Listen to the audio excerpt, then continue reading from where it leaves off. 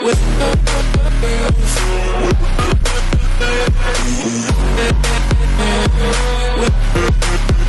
वालेकुम। उम्मीद करता हूँ आप सब ठीक होंगे। आज की वीडियो पहले की तरह बहुत इंटरेस्टिंग होने वाली है और आपको इस वीडियो से मोटिवेशन भी मिलेगी।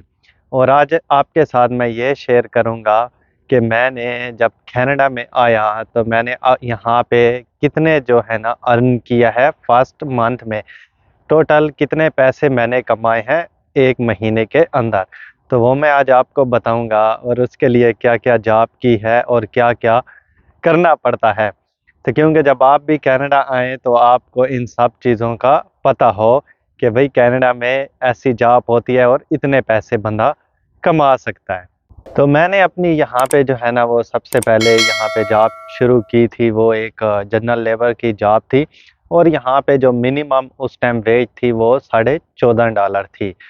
तो मैंने जब अपनी जॉब की यहाँ पे शुरू की तो वो मेरी जॉब थी $15 की पर आवर और उसमें यहाँ पे काम करना पड़ता है आपको 10 घंटे करें या 8 घंटे करें, लेकिन उसमें जो 2 आपकी ब्रेक होती हैं, 1 घंटे की, एक आधे-आधे घंटे की 2 होती हैं और कहीं आधे घंटे की होती है और कहीं 15-15 मिनट की मिल जाती हैं आपको। उसमें आधे घंटा वो कंपनी आपको पे करती है, उसको पेड ब्रेक कहते हैं और आधा घंटा जो होती है वो अनपेड ब्रेक होती है।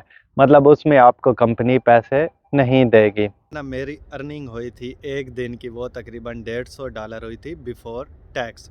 जब टैक्स यहाँ पे कटता है तो वो आपको डिपेंड करता है कि आप अपना टैक्स यहाँ पे कितना कटवाते हैं। ज़्यादा भी कटवा सकते हैं और कम भी करवा सकते हैं। कम कटवाने का ये नुकसान होता है कि आपको एंड पे टैक्स जब फाइल करते हैं तो आपको और पैसे देने पड़ते हैं, और जब आप टैक्स ज़्यादा भरते हैं तो आपको एंड पे ये होता है कि आपको और पैसे भी यहाँ पे मिल जाते हैं। तो उसका बेनिफिट क्या हुआ कि आपको एंड पे और भी पैसे मिल गए हैं ना।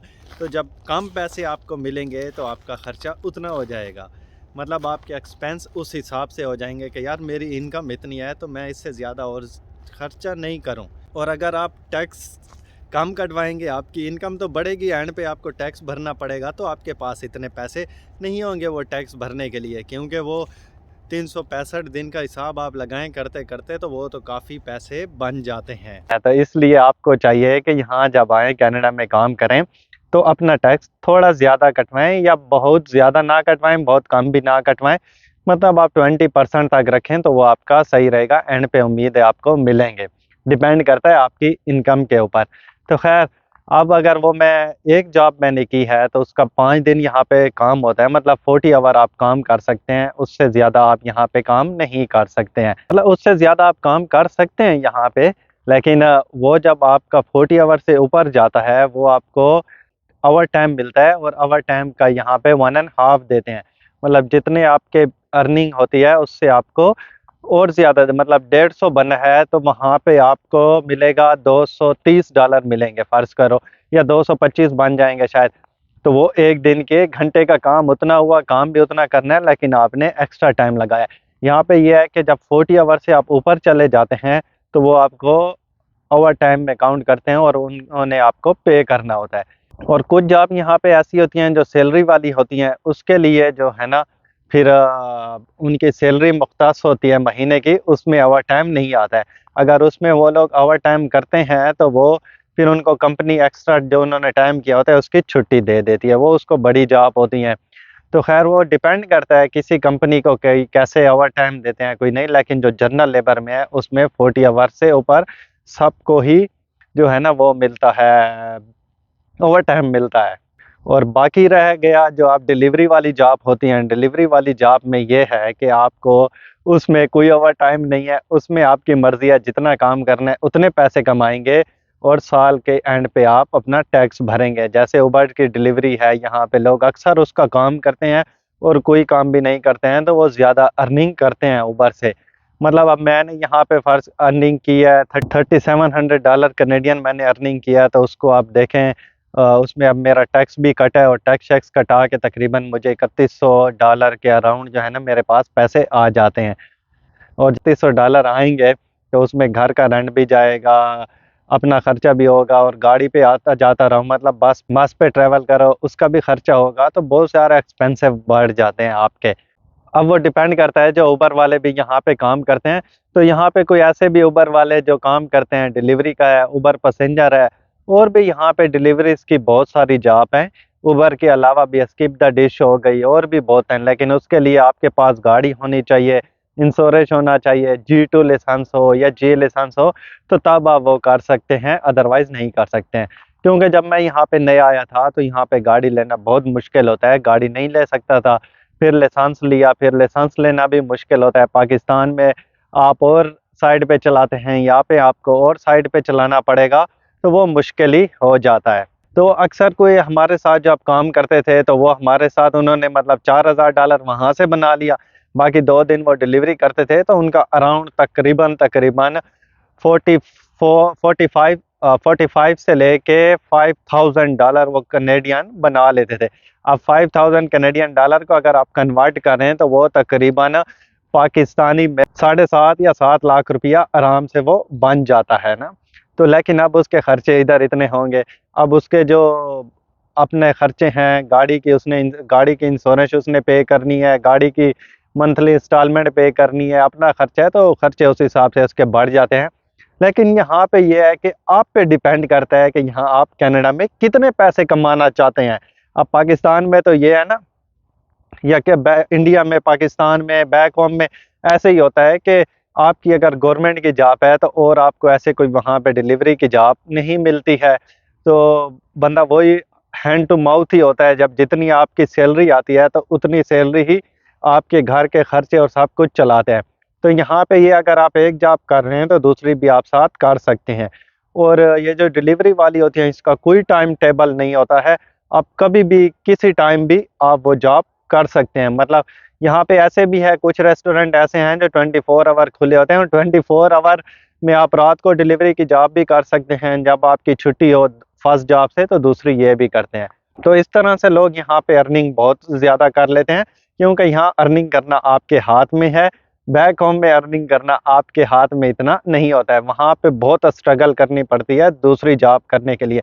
यहाँ पे आप अगर करना चाहें तो आपको दूसरी जॉब आसानी से मिल सकती है। डिलीवरी की हो गई, और भी जॉब पार्ट टाइम हो गई, अच्छी अच्छी ऑनलाइन भी जॉब होती हैं, एयरपोर्ट पे भी मिल जाती हैं।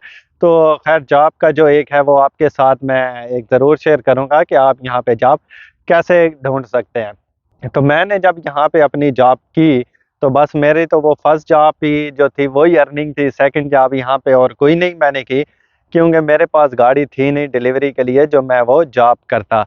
और नया नया आया था तो मैंने कहा अभी एक जॉब ही करता हूँ तो दूसरी जॉब भी कर लूँगा। दूसरी जॉब करना फिर वो मुश्किल नहीं होता। जब आप यहाँ पे नए नए आते हैं, सेटल होने में टाइम लगता है, आपको आहिस्ता आहिस्ता जो है ना वो हर चीज़ का पता चल जाएगा कि ये मैंने अब यहाँ पे जॉब कर रहा हूँ तो दूसरी जॉब अब मैंने कैसे ढूंढनी है, उसकी टाइमिंग क्या हो, क्या मेरे लिए सूटेबल है। क्योंकि जब आप गाड़ी यहाँ पे गाड़ी होना बहुत ज़रूरी है, गाड़ी एक बहुत बड़ी नेमत है। गाड़ी अगर आपके पास है तो आप डिलीवरी की जॉब कर सकते हैं, घर की ग्रोसरी सामान लेके आना वो भी काफ़ी हैवी होता है जो फैमिली के साथ होते हैं। जो यहाँ पे अकेले होते हैं, छड़े होते हैं, तो उनके लिए तो चलो ठीक है। जो फैमिली के साथ हों तो फिर बच्चे भी साथ हों तो ग्रोसरी करना और फिर सामान लेना, बच्चों को बाहर लेके भी जाना होता है, बेचारे घर में कितना वो बंद रहेंगे ना। तो इस वजह से मेरे पास गाड़ी नहीं थी तो दूसरी मैं डिलीवरी की जॉब नहीं कर सका था। और जब अक्सर यहाँ पे आते हैं लोग जो अकेले होते हैं, स्टूडेंट होते हैं, उनके पहले तो ये था कि उनका टाइम यहाँ पे 20 घंटे वो काम कर सकते थे या 25। लेकिन अभी उन्होंने गवर्नमेंट ने उनको 1 साल की इजाज़त दे दी है कि आप 1 साल यहाँ पे काम कर सकते हैं। तो जब मेरी 37 अर्निंग हुई थी और टैक्स बाकी कट गया था तो उसमें मैंने अपना घर का रेंट शेंट दिया, ग्रोसरी वगैरह की सामान लिया, कुछ यहाँ पे चीज़ें मैंने ली, तो वो बस ऐसे ही वो लग गए। तो जब मैं अगर दूसरी जॉब करो तो वो आपकी सेविंग भी हो जाती है और आप दूसरी इनकम से अपनी सेविंग थोड़ी बहुत कर सकते हैं। मतलब सारे खर्चे निकाल के आप सेविंग करना चाहें तो कर सकते हैं। अगर जो सेविंग ना करने वाला हो तो वो यहाँ पे फिर नहीं कर सकता है ना।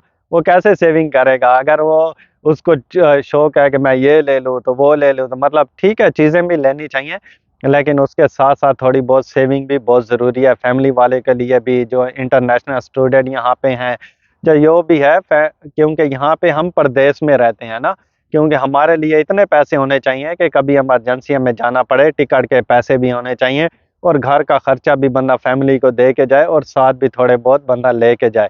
तो ये चीज़ें यहाँ पे बहुत ज़रूरी हैं। तो मैंने कहा मैं आपके साथ अपनी फर्स्ट जो मेरी अर्निंग हुई है वो आपके साथ शेयर ज़रूर करूँ। और अब फर्स्ट अर्निंग जो हुई थी, अगर आप उसको पाकिस्तान के हिसाब से देखें तो तकरीबन मेरा ख्याल वो 6 लाख रुपया बन जाता है। तो 6 लाख रुपया वहाँ के हिसाब से वो बहुत लगता है, लेकिन यहाँ के हिसाब से अगर उसको देखा जाए तो वो 3700 कनेडियन डॉलर ही थे।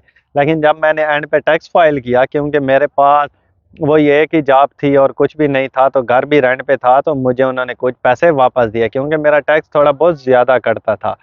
तो ये मेरी है यहाँ पे अर्निंग, और ये आपको मैंने सारी डिटेल आपके साथ शेयर करना ज़रूर बनती थी। करता हूँ आपको ये वीडियो अच्छी लगी होगी, अच्छी लगी है तो चैनल को ज़रूर सब्सक्राइब करें और हाँ, बेल आइकन का भी जो बटन है उसको ज़रूर दबाएं ताकि न्यू आने वाली वीडियो आपके पास फ़ौरन नोटिफिकेशन आए और आप देख सकें। तो मिलेंगे एक और नई वीडियो के साथ, तब तक आप रखें अपना ख्याल, टेक केयर एंड अल्लाह हाफिज़।